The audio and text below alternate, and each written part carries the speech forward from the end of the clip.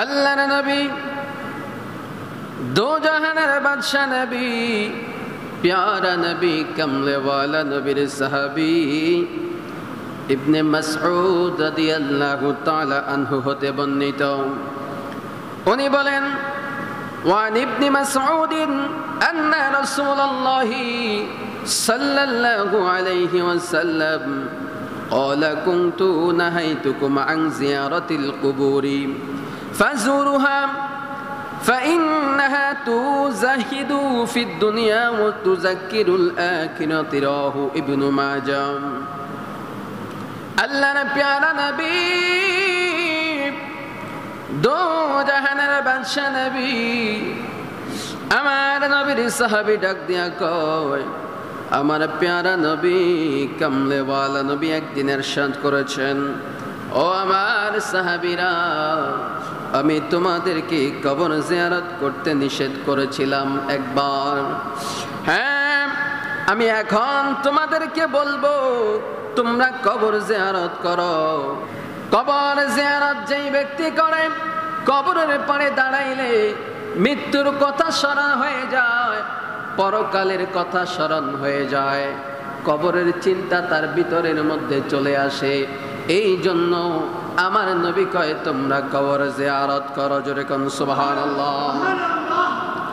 আল্লাহর নবী দু জাহানের বাদশা নবী কামলে ওয়ালা নবীর সাহাবী ইবনে আব্বাস রাদিয়াল্লাহু তাআলা আনহু বর্ণনা করেন আমার প্যারা নবী দু জাহানের বাদশা একদিন বলেন وعن ابن عباس مر النبي صلى الله عليه وسلم بقبور بالمدينة فأقبل عليهم بوجهه فقال السلام عليكم يا أهل القبور يغفر الله لنا ولكم أنتم سلفنا ونحن بالآخر رواه الترمذي।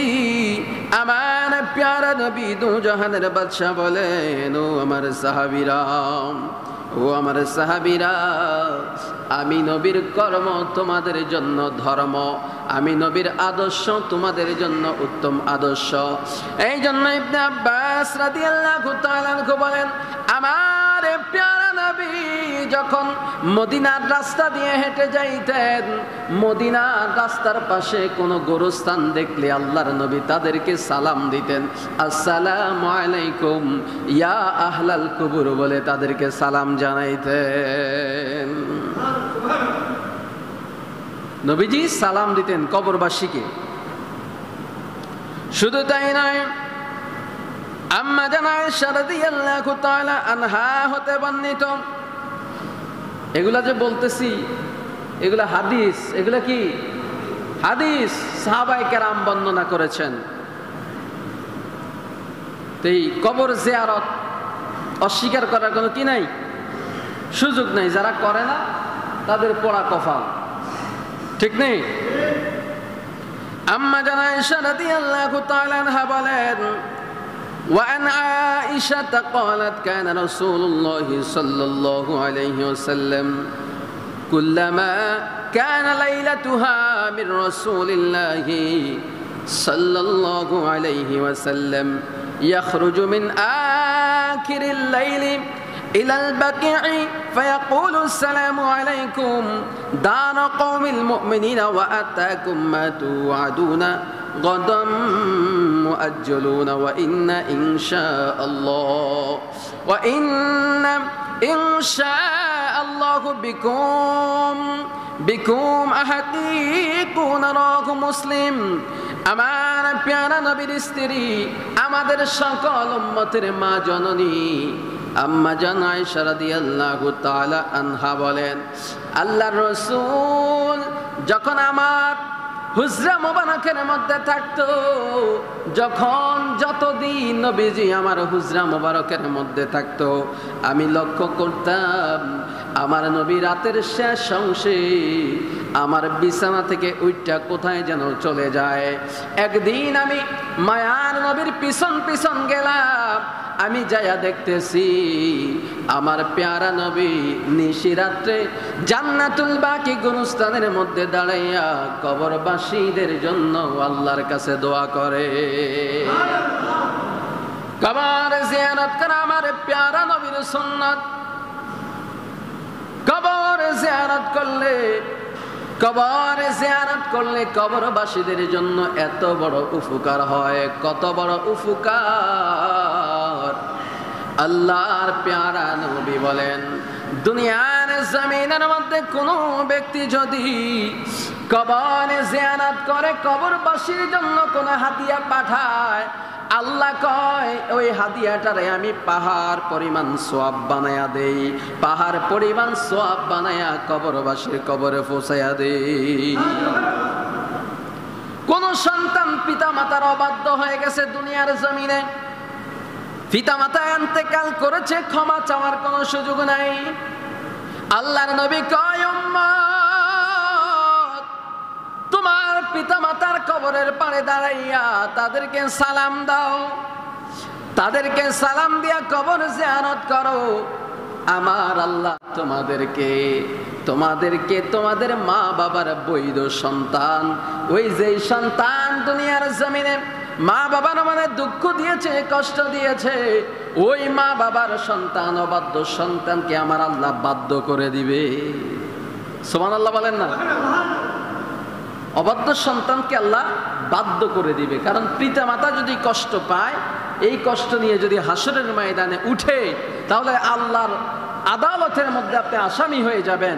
এই জন্য আল্লাহ রসুল কয়, তোমরা পিতা মাতার কবরের পাড়ে দাঁড়িয়ে তাদের জন্য দোয়া করলে আল্লাহ তোমাদেরকে বাধ্য সন্তান বানায় দিবে।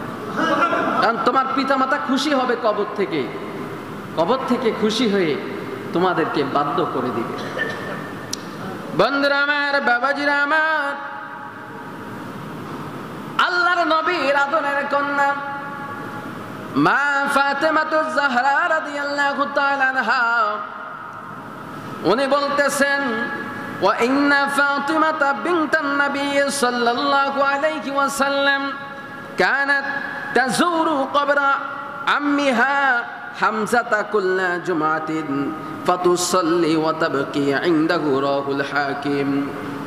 মা ফাতিমাতুজ জাহরা রাদিয়াল্লাহু তাআলা আনহা ওনার চাচা হযরতে হামজা রাদিয়াল্লাহু তাআলা আনহুর কবরের পাশে দাঁড়াইয়া প্রতি শুক্রবারে জুমার দিন জিয়ারত করত।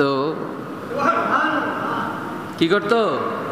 কার কবর? চাচার কবর, হামজা রাদিয়াল্লাহু তাআলা আনহুর কবর। তার মানে মহিলারাও কবর জিয়ারত করতে, কথা বলেন না কা, মহিলারা কবর জিয়ারত করতে পারে।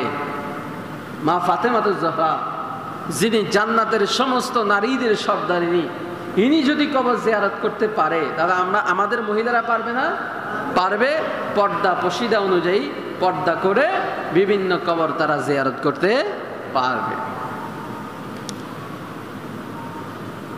বন্ধুরা আমার, বাবাজিরা আমার, আল্লাহর নবীর সাহাবী আবু হুরায়রা রাদিয়াল্লাহু তাআলা আনহু থেকে হাদিস, وعن أبي هريرة قال إذا مر الرجل بقبر يعرفه فسلم عليه ورد عليه السلام وعرفه إذا مر بقبر لا يعرفه فسلم عليه ورد عليه السلام। আল্লাহর নবীর সাহাবী আবু হুরায়রা রাদিয়াল্লাহু তাআলা আনহু বলেন, কোন ব্যক্তি যদি পরিচিত কবরের পাশে দাঁড়িয়ে, পরিচিত কবরের পাশ দিয়ে আপনার বাবার কবর, দাদার কবর, নানার কবর, আত্মীয় স্বজনের কবরের পাশ দিয়ে যাচ্ছেন, তাদেরকে আপনি সালাম দিলেন, আসসালামু আলাইকুম ইয়া আহলাল কবুর, আসসালামু আলাইকুম ইয়া আহলাল কবুর। ওই কবরবাসীরা সঙ্গে সঙ্গে আপনার সালামের জবাব নেয়, সালামের জবাব নেয়। অতঃপর অন্য কোন অচেনা ব্যক্তির কবরের পাশ দিয়ে আপনি যাচ্ছেন, কবরের মধ্যে কে শুয়ে আছে আপনি জানেন না, ওই ব্যক্তিকেও যদি আপনি সালাম দেন, ওই ব্যক্তিও সালামের জবাব নেয়। সুবহানাল্লাহ বলে। এই জন্য কবরবাসীরা কবর থেকে সালামের জবাব নেয়, কারণ তারা দুনিয়ার জমিন থেকে ইন্তেকাল করে কবরের মধ্যে গেছে। কবরে যাওয়ার পরে তাদের আর মৃত্যু নাই, তারা জীবিত। তারা কি জীবিত? কবরের মধ্যে গেলে তারা জীবিত। বন্ধুরা আমার, বাবাজিরা আমার, আমার প্যারা নবী দোজাহানের বাদশা নিজেই বলতেছেন, وقال رسول الله صلى الله عليه وسلم من زار قبري أبويه أو أحدهما في كل جمعة غفر له وكتب بر।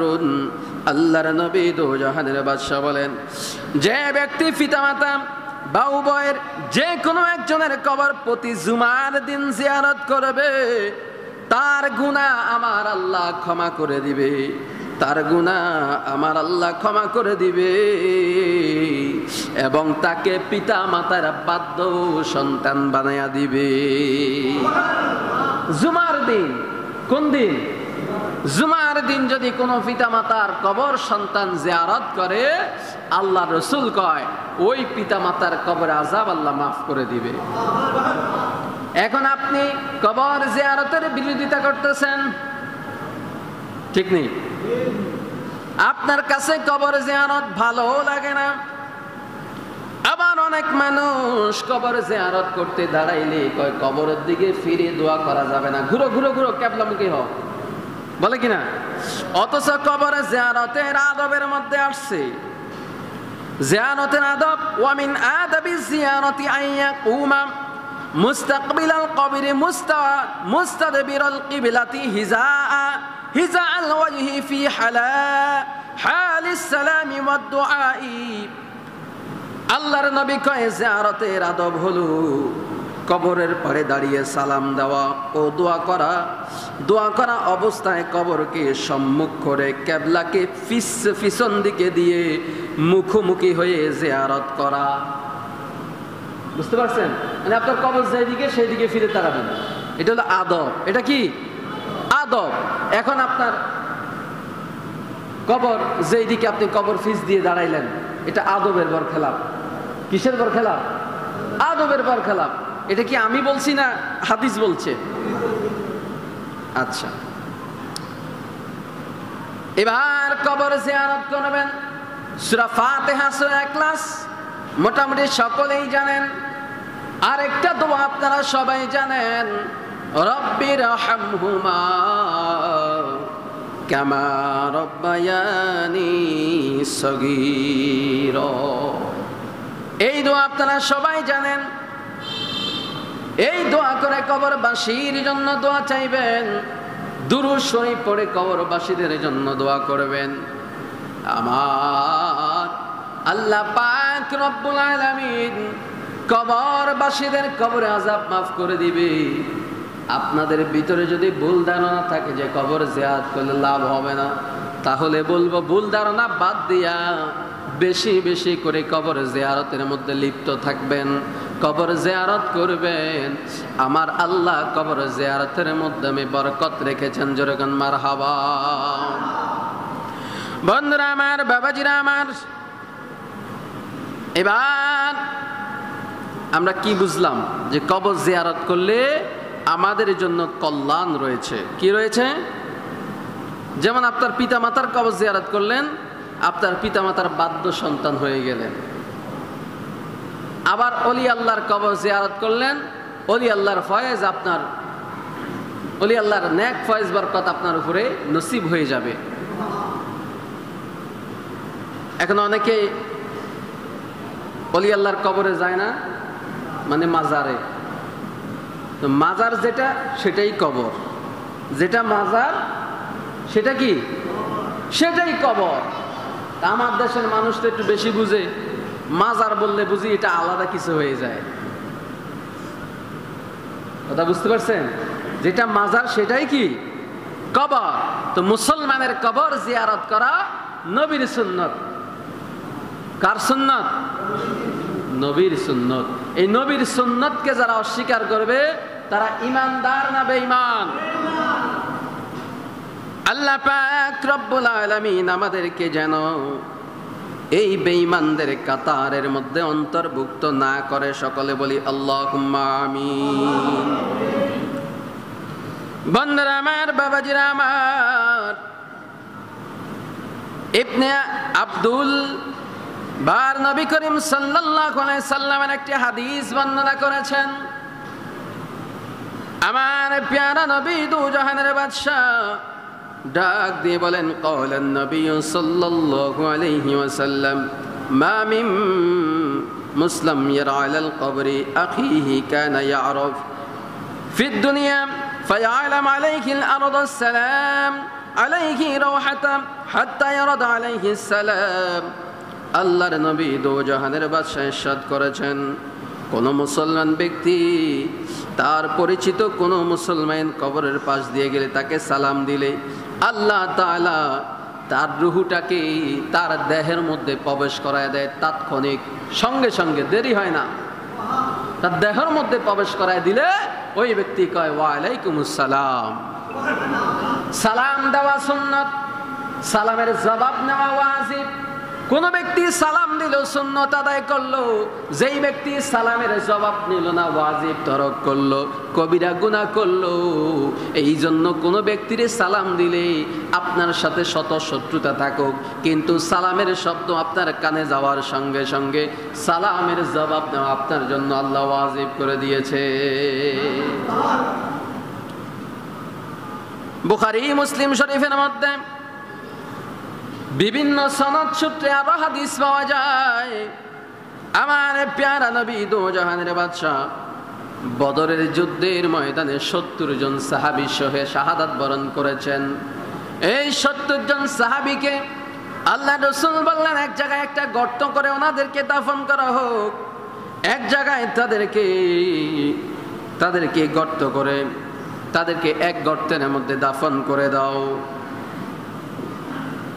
আর দাফন করার পরে আমার প্যারা নবী প্রথম দিন, দ্বিতীয় দিন, 3 নম্বর দিন একাধারে 3 দিন কবরের পাড়ে দাঁড়াইয়া আল্লাহর রাসূল দোয়া করেছেন। আল্লাহর রাসূল তাদেরকে সালাম দিয়েছেন। আল্লাহর রাসূল তাদের কবরের পাড়ে দাঁড়াইয়া এইভাবে দোয়া করেছেন, অমুকের পুত্র অমুক, অমুকের পুত্র অমুক। এইভাবে আল্লাহর রাসূল দোয়া করছেন। সুবহানাল্লাহ কন্যা। হযরত ওমর ফারুক আযম রাদিয়াল্লাহু তাআলা আনহু ডাক দিয়া বলেন, ও মায়ার নবী, দু জাহানের বাদশা নবী, কবরের মধ্যে মানুষের লাশ পচে যাবে। সবার যদিও পচে না, কিছু কিছু মানুষের লাশ পচে যাবে, কিন্তু এই পচা লাশ আপনি নবীর কথা কেমনে শুনবে? আল্লাহর নবী দু জাহানের বাদশা ডাক দিয়া কয়, ওমর, ও ওমর, শুনিয়া লও, তুমি ওমর দুনিয়ার জমিনে আমার কথা যেইভাবে শুনো, তার চাইতে আরো বেশি স্পষ্ট আওয়াজে কবরবাসী আমি নবীর কথা শুনে, আরো বেশি স্পষ্ট আওয়াজে শুনে। তুমি ওমর আমি নবীর পাশে দাঁড়িয়ে দাঁড়িয়ে আমার কথা শুনো, কিন্তু কবরবাসীরা তারা আরো স্পষ্ট ভাবে আমার কথা শুনে। হযরত ওমর হইল এমন একজন ওমর, যে ওমর ওই কোন শহরের মধ্যে যুদ্ধ হচ্ছে, কোন জায়গার মধ্যে যুদ্ধ হচ্ছে, ওমর মদিনা শরীফ থেকে ডাক দিয়ে তাদেরকে বলতেছে, আর ওমরের কথা তারা শুনতেছে। ওমরের কথা তারা শুনে ওই ওমরকে আল্লাহর রাসূল বলেন, ওমর তুমি কি জানো, তুমিও আমার কথা এমন ভাবে শুনো না যেমনে কবরবাসীরা শুনে। শুধু তাই নয়, কোন ব্যক্তিকে যদি মানুষ কবর দিয়া আস্তে আস্তে হেঁটে হেঁটে কবরের মধ্যে শোয়া বাড়ির দিকে চলে যায়, যত দূরে যায় তার পায়ের আওয়াজ তত কমতে থাকে। এমনি ভাবে যাইতে যাইতে যাইতে যাইতে দূরে যখন চলে যায়, দূরে যাওয়ার পরে পায়ের এই জাররা পরিমাণ পায়ের মধ্যে যে শব্দ হয়, ওই শব্দটা পর্যন্ত মৃদু আওয়াজ তাদের কানের মধ্যে, মৃদু মানে কম শব্দ, তাদের কানে জোরে আল্লাহ পৌঁছায়া দেয়। কোন সুবহানাল্লাহ। এই শব্দটাও তাদের কানে আল্লাহ কি পৌঁছায়া দেয়। তাহলে কবরবাসীরা কবরের মধ্যে তারা শুনে কিনা? আওয়াজ শুনেনি? সালামের জবাব নেয় কিনা? আল্লাহ রসুল শুধু তাই নয়, আল্লাহ রসুল এই হাদিসের ব্যাখ্যায় বলেছেন, যারা পচে যায়, গলে যায়, কবরের মধ্যে পচে যায়, গলে যায়, তাদের কবরের মধ্যেও তারাও সালামের জবাব নিতে পারে। তারাও কিন্তু মানুষ যে হেঁটে যায়, হাঁটার আওয়াজটা তারা শুনতে পায়। সুবহানাল্লাহ বলেন। এবং তারা তাদের সন্তানকে চিনে, হ্যাঁ, তাদেরকে ডাকে, তারা হয়তো শুনে না, কবরবাসীরা কথা দুনিয়ার মানুষ শুনে না, এবং তারা আমাদের সাথে কথা বলার সুযোগটা থাকে না। আমরা কথা বললে তারা শুনে, কবরের চিৎকার মানুষ শুনবে না। এটাই আল্লাহ সিস্টেম করে দিয়েছে। দুনিয়ার জমিনের মধ্যে জিন জাতি আছে না নাই? আল্লাহ কয়, ওমা খলাকতুল জিন্না ওয়াল ইনসা ইল্লা লিয়াবুদুন, আমি দুইটা জাতিরই বানাইছি আমার ইবাদতের জন্য, একটা মানুষ আর একটা জিন্নাত। এখন আল্লাহ বলছেন যে মানুষ হলো শ্রেষ্ঠ। মানুষ কি শ্রেষ্ঠ? আবার মানুষ যদি শ্রেষ্ঠ হয়, তা আমরা জিনদেরকে দেখতে পাই না, তারা আমাদেরকে দেখতে পায়। কেমন একটা ব্যতিক্রম হয়ে গেল না? আবার জিনরা নাকি অনেক ক্ষমতা, তারা মুহূর্তের মধ্যে, সেকেন্ডের মধ্যে বহু জায়গায় চলে যায়। আবার তাদের শক্তিও বেলে বেশি, তারা যদি থাপ্পড় মারে মানুষের কান দেঁদা হয়ে যায়। হ্যাঁ, আবার অনেকে থাপ্পড় খেয়ে মরে যায়। জিনদের সাথে পারে মানুষ? কেন পারে না? তা করে তো দেয়া যায় না, দেখা যায় না। শরীরের মধ্যে প্রবেশ করে, মুহূর্তের মধ্যে বিভিন্ন আকৃতি ধারণ করে। এখন প্রশ্ন হলো, কিভাবে আমরা তাগো থেকে শক্তিশালী হইলাম, তাগো থেকে উত্তম হইলাম? হ্যাঁ, আল্লাহ মানুষকেই তাদের থেকে উত্তম বানিয়েছে। এবং আল্লাহ কয়, যখন তোমরা কবরের জিন্দিগির মধ্যে যাইবা, জান্নাতের মধ্যে যাইবা, জান্নাতের মধ্যে মানুষও থাকবে, জিনও থাকবে। কিন্তু একটা মজার বিষয় আছে। মজার বিষয় হলো, জান্নাত, যেই জান্নাতের শুরু আছে কিন্তু শেষ নাই। দুনিয়ার শুরু আছে, শেষ আছে। দুনিয়া, এই পৃথিবীটা একদিন ধ্বংস হয়ে যাবে। এটা আল্লাহ সৃষ্টি করছেন। সৃষ্টি করার পরে পৃথিবী একদিন ধ্বংস করে দিবে। জান্নাতের শুরু আছে কিন্তু শেষ নাই। এই জান্নাতের মধ্যে যখন মানুষ জাতি এবং জিন জাতি একসাথে বসবাস করবে, আল্লাহ পাক তখন উল্টা সিস্টেম করে দিবে। মানুষ জিনদেরকে দেখবে, জিন মানুষকে দেখবে না। সুবহানাল্লাহ বলে। মানুষ জিনদেরকে দেখবো, কিন্তু জিন মানুষদেরকে দেখবে না। তাহলে দুনিয়ার জমিন ক্ষণস্থায়ী, এটার মধ্যে তাগরে দিছে আর কি, যে তোমরা মানুষকে দেখবা, মানুষ তোমাকে দেখতো না। জান্নাতের মধ্যে আবাদুল আবাদ, আমরা তাগরে দেখবো, যদি পিছন দিক থেকে যাই মাথায় ঠাল্লাও মারি, তারা টের পাইতো না। ঠিক কি না? এখন তারা তো এটাই করে এখন আমাদের সাথে। হ্যাঁ বন্ধুরা আমার, বাবাজিরা আমার, তাহলে আজকের আলোচনা আমরা কি বুঝলাম? যে মুসলমানের কবর জিয়ারত করা আল্লাহর নবীর সুন্নত, সুন্নতে রাসূল। নবী নিজেই কবর জিয়ারত করেছেন। তাহলে নবী যেই কাজটা করেছে, ওই কাজটা আমরা করার দরকার আছে কিনা?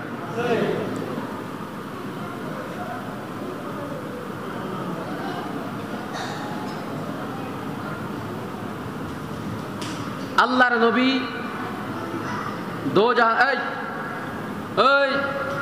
কিরে, তোরা আহলে হাদিস হয়ে গেলি নাকি আবার? তোরা কি আহলে হাদিস নি? বয়, আহলে হাদিস তারা মসজিদে ফুটবল খেলে, কি খেলে? বইয়া পিছনে তাস খেলে। যাই হোক, আমাদের নবী যখন ধর্ম নিয়ে আসে নাই, নবীজির পূর্বে যে জামানাগুলা ছিল, ওই সময় কোনো মানুষ যদি ইবাদত বন্দেগী করতো, একজনের সওয়াব আরেকজনকে দেওয়ার কোনো সুযোগ ছিল না। যেমন ধরেন, অনেক মানুষ কোরআন শরীফ খতম দেয়, 25 পারা 28 পারা হয়েছে, আর 2 পারা পড়ার সময় পায় নাই। আমাকে এসে বলে, হুজুর আমার 2টা পারা পড়ে দেন। তখন আমি পড়ে দিলে ওই লোকের আদায় হয়ে যায়। পড়ি কিন্তু আমি, আদায় হয়ে যায় কার? ওই যার জন্য পড়ছি তার। আল্লাহ রসুল বলেন যে আমার পূর্বে এরকম সিস্টেম ছিল না, একজনের আমল আরেকজনকে দেওয়া যেত না। কিন্তু আমি নবী যেই ইসলাম নিয়ে এসেছি, আমি নবীর জামানায় আল্লাহ সিস্টেম করে দিয়েছে একজনের আমল আরেকজনকে দেওয়া যায়। যেমন আপনি একজন মানুষকে নামাজের দিকে আহ্বান করলেন, ওই ব্যক্তি নামাজি হয়ে গেল, ওই ব্যক্তি নামাজ পড়ে যে সওয়াব পাবে আপনি এই সওয়াবের অধিকারী হবেন। তো ওই ব্যক্তির আমল থেকে কমবে না, ওই ব্যক্তির আমল থেকে কমবে না, এটা আল্লাহ বাড়িয়ে দিবে। এটা কিন্তু অন্য নবীদের সময় ছিল না, অনেক কিছুই ছিল না যেটা আমাদের নবীর উসিলে আমরা পেয়েছি। এই জন্য শুকরিয়া আদায় করা দরকার আছে না নাই? পড়েন দুরুদ ও সালাম হাজারো সালাম, দুরুদ ও সালাম হাজারো সালাম, হৃদয় বসনে জানাই লাখো সালাম, দুরুদ ও সালাম লাম, দুরুদ ও সালাম। আল্লাহ যেদিন করবে বিচার আমলে নামা দেখে আমরা জবাবেতে বলবো মোরা নবীজির গোলাম, দুরুদ ও সালাম হাজারো সালাম, দুরুদ ও সালাম হাজার। তাহলে আমরা আমাদের পিতামাতা, ভাই বোন, আত্মীয় স্বজন সকলের কবর জিয়ারত করব নাকি জিয়ারতকে বেদাত বলবো? জিয়ারত করব। যেটা আল্লাহ রসুল করছেন, আমাদেরকে শিক্ষা দিচ্ছেন, এটা কোনোদিন বেদাত হতে পারে না। এটা সুন্নতে রাসূল, সুন্নতে খুলাফায়ে রাশিদিন, নবীর সাহাবায়ে কেরাম, নবীজির কন্যা মা ফাতেমাতুজ জহরা, আম্মা জান আয়েশা রাদিয়াল্লাহু তাআলা আনহা, এই সমস্ত নবীর সাহাবী, শ্রেষ্ঠ সাহাবীগুলা, ইবনে আব্বাস রাদিয়াল্লাহু তাআলা আনহু, আবু হুরায়রা রাদিয়াল্লাহু তাআলা আনহু, বুখারী শরীফ, মুসলিম শরীফ, আবু দাউদ শরীফ, তিরমিজি শরীফ, এইভাবে সিয়াসিত্তার 6টা কিতাবের মধ্যে এই জিয়ারতের হাদিসগুলো এসেছে। শুধু তাই নয়, কোরআনুল কারীমের মধ্যেও জিয়ারতের গুরুত্ব আসছে।